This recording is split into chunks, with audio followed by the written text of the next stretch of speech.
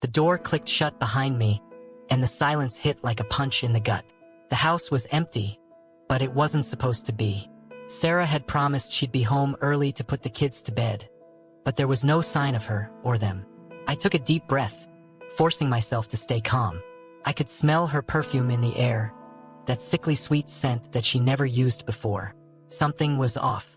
The kids should have been running around, toys strewn everywhere, but the living room was untouched, like no one had been here all night. My phone buzzed. It was a message from our neighbor, Mrs. Jenkins. "Just wanted to let you know, the kids are with me. Sarah said you had an emergency at work." An emergency? I hadn't been called in for anything. My stomach twisted as I stared at the message. Without thinking, I went upstairs, each step echoing in the silence. I pushed open the bedroom door, and there it was. Sarah's new dress, crumpled on the floor, still smelling of smoke and some stranger's cologne. My hands clenched into fists as the reality of it hit me. I didn't waste time. I grabbed the dress and threw it into the trash.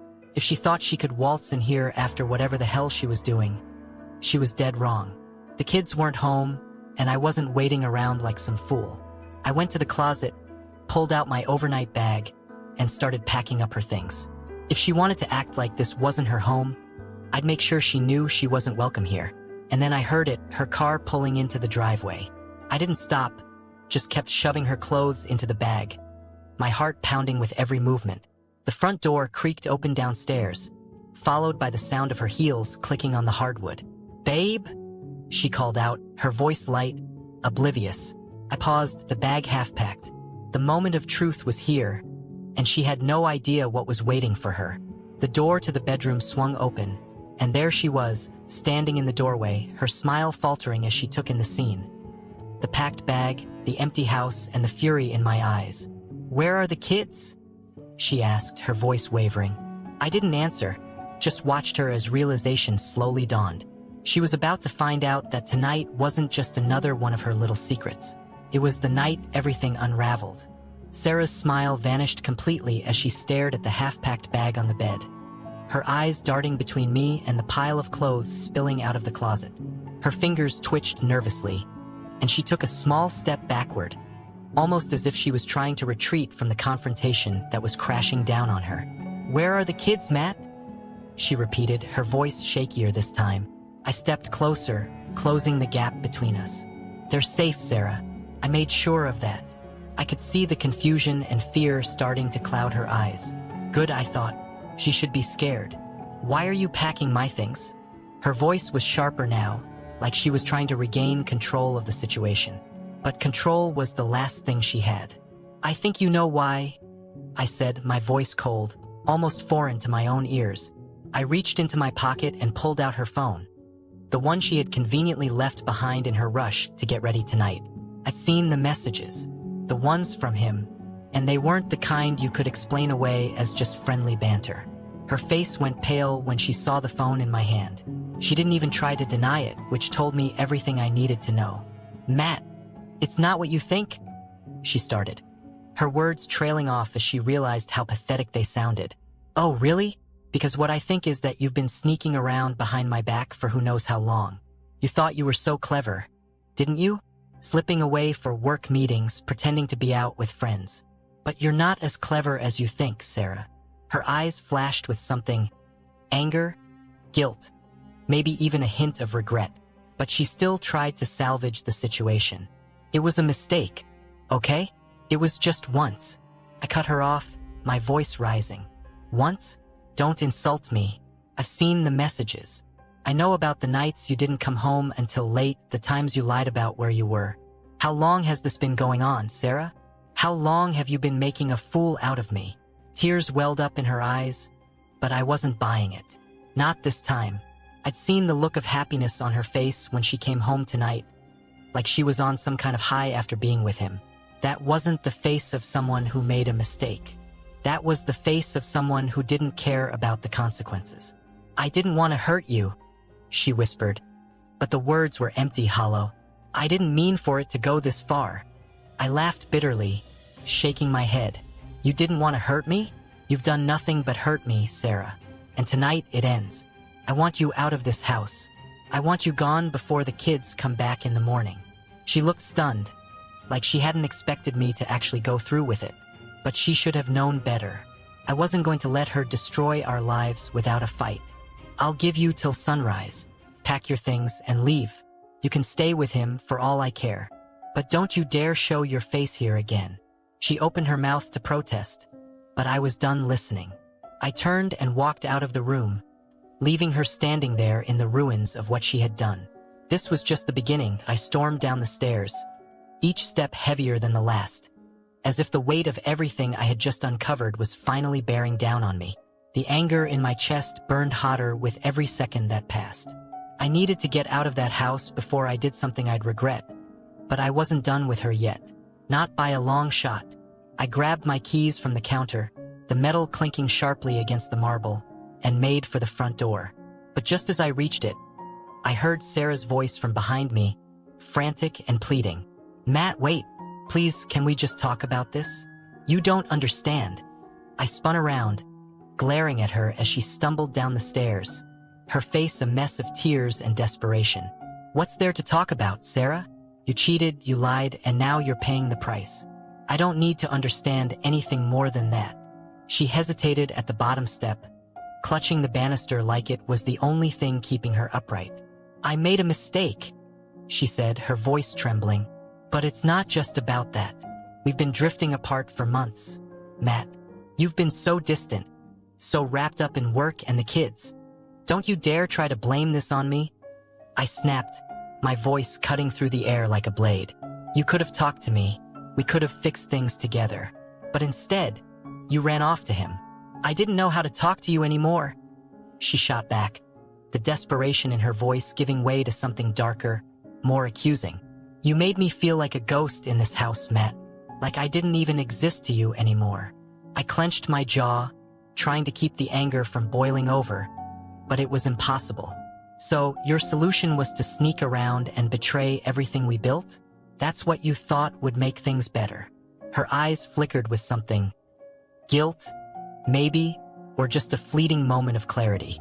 But it was gone as quickly as it appeared, replaced by a cold, defensive stare. I needed to feel something again, to feel wanted, alive. "And you?" She paused, swallowing hard. "You stopped caring a long time ago." For a moment, the words hung between us, heavy and charged. There was some truth in what she said, but it didn't excuse anything. I had been working harder, maybe distracted by the demands of our life, but that didn't justify what she had done. "Is that supposed to make me feel sorry for you?" I asked, my voice barely above a whisper, yet seething with rage. "You think you're the victim here? You think this excuses the lies, the sneaking around? I gave you everything, Sarah. Everything.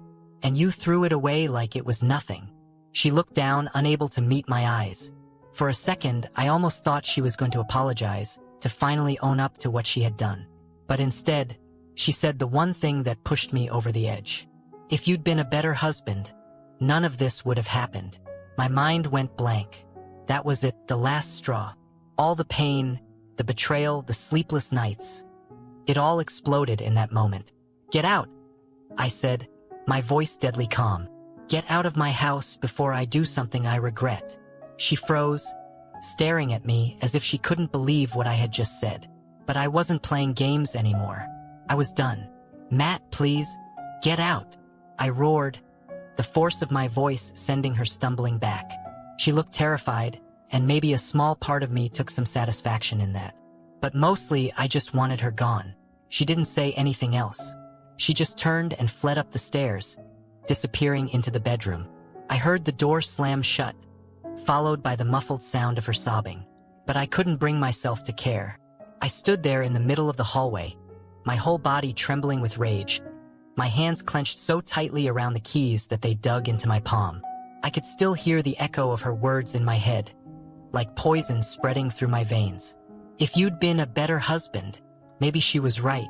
Maybe I hadn't been the perfect partner. But I sure as hell didn't deserve this. I needed to clear my head, to get away from the toxic energy that was suffocating me in that house. So I walked out the door, slamming it behind me, and headed for my car. I didn't know where I was going, but anywhere was better than there. I drove around for what felt like hours, the anger still simmering inside me, refusing to die down. My mind raced with everything that had happened, every word she had said, every lie she had told. The memory of her standing there, trying to pin the blame on me, replayed over and over until I thought I might lose my mind. But then, something shifted. The anger started to transform into something colder, sharper. I wasn't just going to let her get away with this. She needed to understand exactly what she had done, and I knew exactly how to make that happen. I pulled over into an empty parking lot, the streetlights casting long shadows across the asphalt. I took a deep breath, forcing myself to think clearly. The kids were safe at Mrs. Jenkins' place, and Sarah had no idea what I was planning. She thought she could keep living this double life, that she could play me for a fool. But she was wrong. I reached for my phone and scrolled through my contacts until I found the number I needed. My old friend, Tim. We hadn't talked in a while, but I knew he'd still have my back. Tim was the kind of guy who could find out anything about anyone. He had connections, knew people who could dig up dirt, uncover secrets. Everything that Sarah thought she had buried deep. The phone rang twice before Tim picked up. "Matt? Long time, man. What's up?" "Tim," I said, my voice steady but cold. "I need a favor." There was a brief pause on the other end. "What kind of favor?" "The kind where I need to know everything about a certain someone. Where she's been, who she's been with, and anything else you can dig up." Tim didn't ask questions. He didn't need to. "Give me the details," he said. I rattled off Sarah's information, where she worked, the places she claimed to be, the timeframes. I knew Tim would take it from there, and within days, I'd have everything I needed. Sarah thought she could hide, but she was about to learn how wrong she was. "Consider it done," Tim said after I finished. "I'll get back to you as soon as I have something." I thanked him and hung up, my heart still pounding, but for a different reason now. The plan was in motion, and I wasn't stopping until I had the truth laid bare in front of me, no matter how ugly it was. I sat in the car for a few minutes, staring out at the empty lot, letting the cold night air seep in through the cracked window. The rage was still there, but now it had a purpose, a direction. I wasn't just going to sit back and let her destroy everything we'd built together. No, I was going to take back control, one way or another. Eventually, I started the car and drove back home, the streets nearly deserted as I navigated through the familiar neighborhood. By the time I pulled into the driveway, the house was dark, except for the faint glow from the bedroom window. She was still up, probably thinking about how she could spin this in her favor, how she could manipulate the situation to her advantage. But I wasn't playing her game anymore. I was rewriting the rules. I entered the house quietly, the anger in me now replaced by a cold determination. I walked up the stairs, each step slow and deliberate, until I reached the bedroom door. I didn't knock, I just pushed it open. Sarah was sitting on the edge of the bed, her face streaked with tears, her eyes red and swollen. For a moment, she looked up at me, a flicker of hope crossing her face, like she thought maybe I'd calm down, maybe I'd be willing to forgive. But the look in my eyes must have told her otherwise. "I'm staying in the guest room tonight," I said flatly, not giving her a chance to respond. "We'll talk in the morning. And Sarah, I wouldn't try to contact him if I were you. You've done enough damage for one night." She didn't say a word as I turned and walked away, closing the door behind me. But I could feel her eyes on my back, her mind racing with fear and uncertainty. She was starting to realize that this wasn't going to end the way she thought it would. As I settled into the guest room, lying on the unfamiliar bed, I felt a strange sense of calm wash over me. This wasn't over, not by a long shot. But now I was the one in control, and I was going to make sure that by the time this was all said and done, Sarah would regret every single choice she had made. The next morning, I woke up early, the tension in my body from the night before still coiled tight. The guest room was silent, the kind of silence that makes your ears ring. I lay there for a moment, gathering my thoughts, replaying the events from the previous night. Today was the day everything would start to unravel, and I was ready for it. I could hear faint noises coming from the kitchen. Sarah moving around, probably trying to act like things were normal. But nothing about this was normal anymore. She was walking on thin ice, and I could feel the cracks forming beneath her feet. I got up, took a quick shower, and dressed in silence. As I looked in the mirror, I barely recognized the man staring back at me. There was a hardness in my eyes that hadn't been there before, a coldness that had taken root overnight. This wasn't the time for second-guessing or for playing the role of the forgiving husband. That man was gone, at least for now. When I walked into the kitchen, Sarah was at the counter, her back to me as she prepared breakfast. The smell of coffee filled the room, but it did nothing to soothe the tension in the air. She must have sensed me behind her because she turned around slowly, a forced smile on her face. "Morning," she said, her voice too light, too casual, as if she was trying to erase everything that had happened last night. "I made coffee. Do you want some?" I ignored the question, pulling out a chair at the kitchen table and sitting down. I could see her falter for a moment, her confidence cracking, but she quickly covered it up, setting the coffee pot down in front of me. "We need to talk," I said, my voice cutting through the forced pleasantries. She nodded, biting her lip. "I know. I've been thinking about what you said last night." And I held up a hand, silencing her. "This isn't about what you think you can say to fix this, Sarah. This is about the truth. I'm done with the lies." She stared at me, her face paling slightly. "Matt, don't," I interrupted, my voice firm. "I'm not interested in your excuses. I've already taken steps to find out everything you've been hiding from me. So before you try to spin some sob story, I want you to understand that this is your one chance to come clean. No more lies. No more games." Her eyes widened in shock. "What do you mean? What did you do?" "I talked to Tim," I said, watching as the realization hit her like a ton of bricks. She knew exactly what that meant. Tim wasn't the kind of person you called for anything trivial. He was the one who could dig deep, uncover things that most people would never find. "Matt, please," she stammered, her voice trembling with fear now. "You don't need to do this. I'll tell you everything. Just give me a chance to explain." I leaned back in the chair, crossing my arms over my chest. "I'm listening." She took a deep breath, her hands shaking as she tried to steady herself. "It started a few months ago. I was feeling lost, I guess. You were always working late and I felt invisible. I know it sounds stupid, but I started talking to someone online, just as a way to feel seen again. It wasn't supposed to turn into anything more." I said nothing, waiting for her to continue. She was trying to play the victim card again, but I wasn't biting. "We met a few times, just for coffee at first," she continued, her voice barely above a whisper. "But then it became more. I'm not proud of it, Matt. I know I screwed up, but I didn't mean for it to get this far." I could feel the anger rising again, but I kept it in check. "And you didn't think to stop? You didn't think about the kids? About me? Before you decided to keep sneaking around?" Tears welled up in her eyes, but I didn't let them sway me. She had already cried enough crocodile tears to fill an ocean. "I didn't know how to stop," she admitted, her voice cracking. "Every time I tried to end it, he'd pull me back in. He made me feel alive. But I know it was wrong. I know I betrayed you." "Alive," I repeated, my voice dripping with sarcasm. "You think that's a good enough reason to destroy everything? Because you wanted to feel alive?" She nodded, swallowing hard. "I don't expect you to understand, but I'm telling you the truth now. There's nothing more. It's over.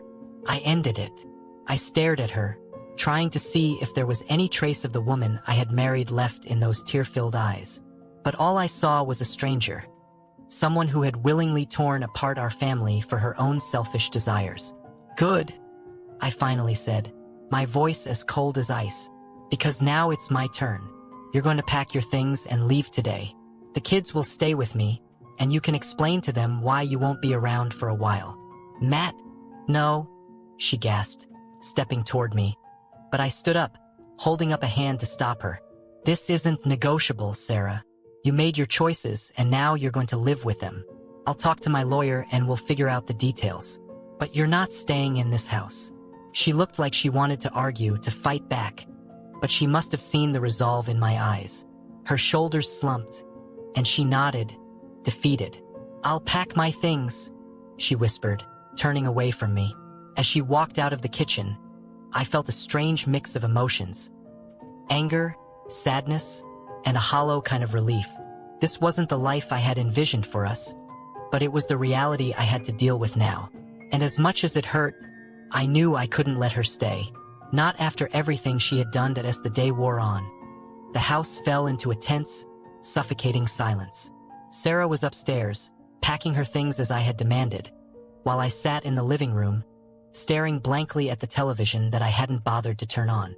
The emptiness gnawed at me, but I wasn't about to let it swallow me whole. I needed to stay focused. Just as I was about to go check on the kids at Mrs. Jenkins, my phone buzzed. It was a message from Tim. "Got something. You're not going to like it. Call me when you're ready." A chill ran down my spine. Tim wasn't one to exaggerate, and if he was saying this, then whatever he had found was worse than I had imagined. I didn't hesitate. I stepped out into the backyard, needing the open air to brace myself for what was coming, and dialed his number. Tim picked up on the first ring. "Matt," he said, his voice low and serious. "You sure you're ready for this?" "I need to know," I replied, gripping the phone tighter. He sighed, and I could almost hear the hesitation on the other end. "All right, it's not just one guy, Matt. She's been seeing more than one. I found records of hotel bookings, messages from different numbers. It's been going on for almost a year. She's been meeting them in different places, using cash, trying to cover her tracks." The world seemed to tilt for a moment, and I had to steady myself against the side of the house. More than one, for almost a year. I had suspected Sarah was lying, but this was a level of betrayal I hadn't even considered. "Who are they?" I asked, my voice barely above a whisper, though the anger was bubbling just beneath the surface, threatening to explode. "Some guys from her work, one from a gym she used to go to, and another I couldn't track down yet. She was careful, Matt, but not careful enough. I've got the details, the messages, everything you need if you want to take this further." I swallowed hard, the reality of it all crashing down on me like a tidal wave. "Send it to me," I said, my voice hollow. "I need to see it for myself." "Are you sure? This isn't something you can unsee," Tim warned, his tone softening. He knew what this would do to me. "I'm sure," I replied, even though I could feel my heart breaking with every word. "Send it." "All right, check your email in a few minutes. And Matt, if you need anything, I'm here." I thanked him and hung up, my hands trembling as I pocketed my phone. The backyard, once a place of peace, now felt like a prison. I wanted to scream, to tear down everything around me, but all I could do was stand there, staring at nothing, while my mind raced with the images of what Tim had uncovered. I didn't go back inside immediately. I needed time to process what I just learned, to wrap my head around the fact that my wife, the woman I had built a life with, had been living a double life for so long. She hadn't just made a mistake. She had systematically torn apart our marriage, piece by piece, with every man she let into her life. Eventually, I forced myself to go back inside. The house felt colder now, the walls closing in as the weight of the betrayal settled in my chest. I went straight to my laptop, opening my email with shaking hands. Sure enough, there was Tim's message with several attachments. I clicked on the first file, and my stomach churned as I read through the details. Hotel names, dates, messages that left no room for doubt. Each line was a new dagger to the heart, each photo a fresh wound. There was no denying it now. This wasn't just an affair. It was a series of deliberate betrayals, each one more calculated than the last. The anger returned, hotter than before, burning through the sadness and leaving only a cold resolve in its wake. I wasn't going to let her get away with this. She had crossed a line, and now it was my turn to show her what that meant. I closed the laptop, my decision made. She had shattered the illusion of our life together, and now I was going to shatter hers. I went upstairs, each step filled with purpose. The door to the bedroom was open, and Sarah was inside, zipping up the last of her suitcases. She looked up as I entered, her eyes filled with a mix of guilt and something else. Fear, maybe. She knew I had the power now, and she was right to be afraid. "I'm leaving," she said quietly, as if that would make things better, as if her leaving could erase the scars she had carved into our lives. But I wasn't going to let her off that easy, not after what I'd just seen. "Sit down," I said, my voice icy, leaving no room for argument. She hesitated, but something in my expression must have convinced her to comply. She sat down on the edge of the bed, looking up at me with wide eyes. "I know everything, Sarah," I began, and I could see her flinch at the coldness in my tone. "Not just about last night, but about all of them. I know how long this has been going on, how you tried to hide it. But you weren't careful enough." Her face drained of color as she realized the full extent of what I was saying. "Matt, please let me explain. There's nothing you can say that I haven't already heard," I interrupted, my patience with her lies completely gone. "You didn't just cheat on me. You destroyed everything we had, over and over again, with every man you brought into your life. You didn't think about me, about the kids. You only thought about yourself." Tears started to spill down her cheeks, but I wasn't moved by them. "Not anymore. You're going to leave this house today, and you're not coming back. I've already talked to my lawyer, and you'll be hearing from him soon. As for the kids, I'll make sure they know the truth. Every single detail." "Matt, no!" she cried, reaching out as if to grab my hand, but I stepped back, out of her reach. "Please, don't do this. I know I made mistakes, but we can work through this, we can." "There is no we anymore," I said, cutting her off. "You killed that with every lie, every betrayal. You made your choices, Sarah, and now you'll live with them. Get out, now." She looked at me, her face crumpling with the realization that there was no way out of this. No more lies, no more manipulations. She had lost, and she knew it. She stood up slowly, her hands shaking as she grabbed her suitcase.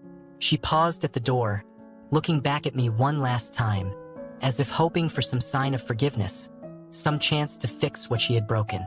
But I gave her nothing, just a cold, unyielding stare that told her everything she needed to know. She turned and walked out, the sound of the suitcase wheels echoing down the hallway as she left our home, my home, forever. And as the door closed behind her, I finally let out the breath I'd been holding. It wasn't over, not yet, but I had taken the first step toward reclaiming my life from the ruins she had left behind. There was no going back now, only forward. The silence that followed Sarah's departure was deafening. The house, which had once felt too small, now felt cavernous, echoing with the absence of everything she had taken with her. Her presence, her lies, her deceit.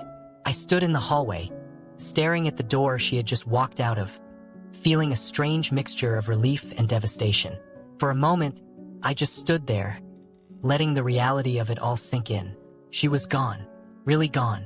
The woman I had loved, the woman I had built a life with, was no longer a part of that life. And it was all her doing. But instead of the crushing sadness I had expected, there was only a numbness, a cold void where my heart used to be. I walked back into the living room, every step heavy with the weight of what had just happened.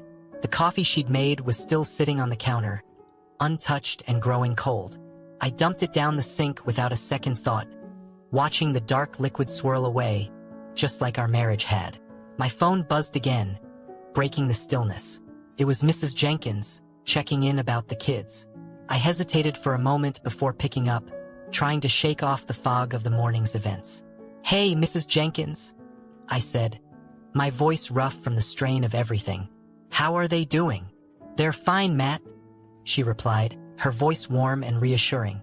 "They've been playing all morning. They don't know anything is wrong, don't worry. Are you okay?" I closed my eyes, taking a deep breath before answering. "Yeah, I'm fine. Just handling things. You don't have to do this alone, you know," she said gently. "If you need anything at all, just let me know." "Thank you," I said, genuinely touched by her kindness. "I'll come pick them up soon." "Take your time," she insisted. "They're happy here, and you should take a moment for yourself." After I hung up, I sat down on the couch, staring at the blank TV screen. My mind was a whirlwind of thoughts and emotions, none of them settling long enough for me to grasp. The house, usually filled with the sounds of the kids, felt like a tomb, filled with the ghosts of what once was. It was too much. I needed to get out of here to clear my head. I grabbed my jacket and keys, locking the door behind me as I stepped out into the cool afternoon air. I didn't have a destination in mind. I just needed to drive, to put some distance between myself and the wreckage of my life. The streets were busy with the usual weekend traffic. Families going about their day, couples strolling hand in hand. It was all so normal, so ordinary, and yet it felt like I was watching it from a distance, as if I no longer belonged to that world. My car seemed to steer itself toward the park, a place I hadn't been in months. It was where we used to take the kids when they were younger, where Sarah and I had once laughed together, before everything went so terribly wrong.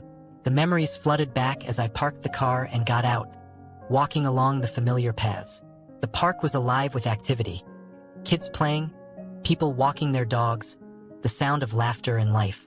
But I felt disconnected from it all, like a ghost passing through someone else's memories. I found a bench near the lake, sitting down and staring out at the water, the gentle ripples reflecting the late afternoon sun. What now? That was the question that kept echoing in my mind. What was I supposed to do now that everything I had believed in was gone?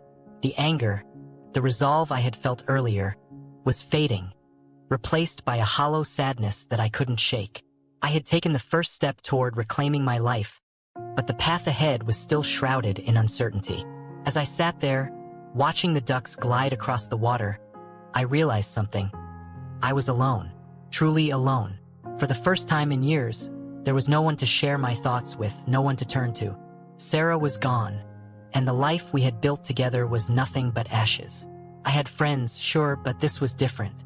This was the kind of loneliness that came from realizing that the person who was supposed to be your partner, your confidant, had betrayed you in the worst possible way. But with that realization came something else, something I hadn't expected. Freedom. It was a cold, bitter kind of freedom, but it was there nonetheless. I was no longer tied down by her lies, no longer bound to a relationship that had been rotting from the inside out. I could rebuild. I could start over. It wouldn't be easy, and it wouldn't be quick, but it was possible.